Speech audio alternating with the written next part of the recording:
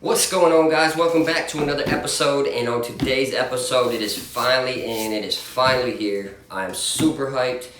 As you guys already know, I have already rocked this sneaker. So with that being said, I give you, if you can read this font, I think they should have went with a different font, but it's the Jordan 36.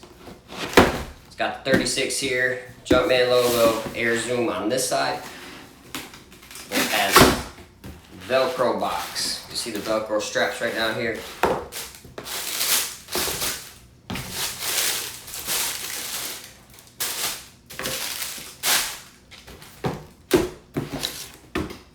Shuts nice. Okay, so I am hype, and it is officially here in hand. Probably not my favorite colorway out of all of them, but it was the first one, and it was actually dope. It wasn't some crazy bright blue, gray, infrared color. It was just nice, clean, white gold. I think it's called the Glory Days. We'll do what we always do. We will work our way from the top to the bottom, and I really do not have nothing bad to say about this sneaker. There's a couple flaws. I'll get into them in a minute, but once you get this in hand, it's like, it feels light. Let's go ahead and just weigh this real quick. I'm curious, because I don't think it weighs over 12.5 ounces.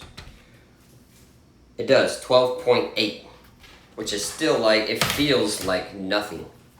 I mean, it's a super minimal feeling shoe. And on foot, it feels the same way on foot. It doesn't feel like you really got that much on your foot. Once I slipped it in, this was awesome. There wasn't a lot of padding right through here, but it worked just fine. There was no rubs, no heel slippage. There was no really issue whatsoever on that. I liked both the heel tabs right here. This one is nice, thick, and it feels actually like a premium leather. I'm not sure if it is, but this leather right here, and around this area felt very, very good. Same thing down here with the heel. And a couple things I noticed nobody said anything about. I was sitting there the other day looking at the shoe, and this pull tab has 36 slots, little holes poked in it. So I thought that was pretty dope. I kind of noticed that. Once my foot slipped into this shoe, it felt amazing. Like I said, I had no complaints whatsoever. I thought this was a dope addition to the shoe. A lot of people don't like it because they think it's just adding material for no reason. But I thought it was dope, kind of a nod to the Jordan 6. And same thing with this right here, which I guess is my only complaint on the shoe, just because it's annoying. When you're pulling your laces tight, that right there, it's hard to get in there, but I mean, it might take 3 more seconds for you to get a hold of it or something like that. So it's really not a big gripe. It's just something small that kind of was irritating. But other than that, it was awesome. Laces are heavy duty, thick. They feel really thick. Nice gold Jumpman logo on there. And so yeah, the laces were awesome. Like I said, these feel like probably some of the thickest, heavy dutiest laces that I've had on a shoe. Shoe never came untied, not one time. Down to the materials. This material was crazy. I think they were calling it like a jacquard weave or something. They brought in a weave expert I seen for the 36. I watched the video. I think it was Soul Savvy put a video out with the creator Tate that made this 36, and they brought in a weaver, and the weave on these shoes is pretty much the same weave that you would see in like a high-end office chair they were talking about. It's like the jacquard weave or a nano weave. And I thought it was gonna feel super, super cheap. I do wish they put a padding in between your foot and this material, but it wasn't irritating. It didn't rub, nothing like that. I think it would have felt just a tad more comfortable. Kind of like on the 34, my Black Cats had a little slight padding there, but I guess that they try to stay minimal and make this the lightest Air Jordan there was.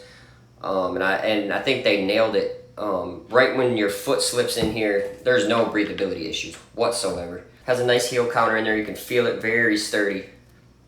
I just felt super sturdy when I put my foot in this shoe. Down onto the midsole. There was just a couple issues that I had, and I don't think it was on this one. It wasn't. If you see on this pair, they call this like, it was like the ribbon stabilizer bar, some kind of stabilizer ribbon or something. You could see how it's kind of flush there. On this pair right here, whoever stuck it on there, it kind of goes off course. You can see it kind of go off there, which is no gripe. I mean, it doesn't affect the performance of the shoe, but the quality control just wasn't there on this specific shoe. Let me know if it happened to you guys too. And then there's a few paint flaws on this side. Probably can't see it, but it almost looks like a nicotine yellow, or maybe it's just the glue they used. But the shoe is still a beast. That doesn't affect anything with it. Down to the Eclipse plate, I think it is a dope aesthetic. I hope Jordan sticks with this. I seen when they were talking to Tate, the designer of the shoe, they were talking about evolutionizing the Jordan 37. So we'll kind of have to see where that goes. I'm not sure if they're going to include the Eclipse plate. And I don't even think in the description they call this an Eclipse plate. I think they just kind of did it to add or take away weight from the shoe. And down to the traction on these. I've seen a few videos and everybody's traction is squeaking. See the traction, just a nice thick herringbone. But yeah, everybody's traction was squeaking, and I'm like, bro, these are silent.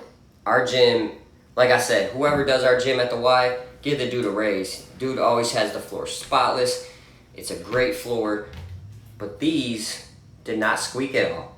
I don't know if it's because the pair I seen was translucent, but this white pair for me, it does not squeak.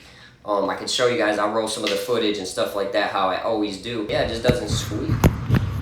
It doesn't bother me, but I feel more confident when I have a shoe that squeaks. But it really didn't matter. This shoe was an absolute beast. You can kind of see the air zoom thing down here. Very comfortable, right when you slip your foot in it. I recommend this to anyone that can afford it. It is a high price tag, $185, but that does not matter. If I was you guys, I would try to get this shoe.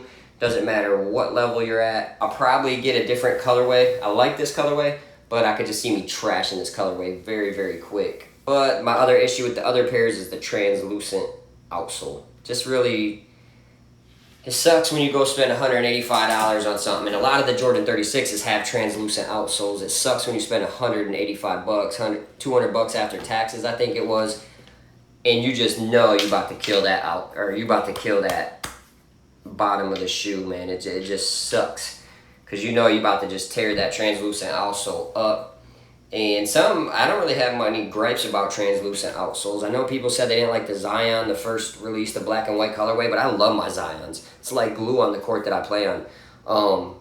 No issues whatsoever. And this white pair, there's no issues neither, so I don't know if they're going to release anything else with different colored bottoms. We'll see. But that's my rundown, guys, of the Jordan 36. I recommend this to anyone who can go get it. I hope you guys enjoy it. Appreciate all the likes, comments, views, and the new subscribers coming to the channel. So thank you guys for coming through, and we'll see you on the next episode of Sold Out. Peace.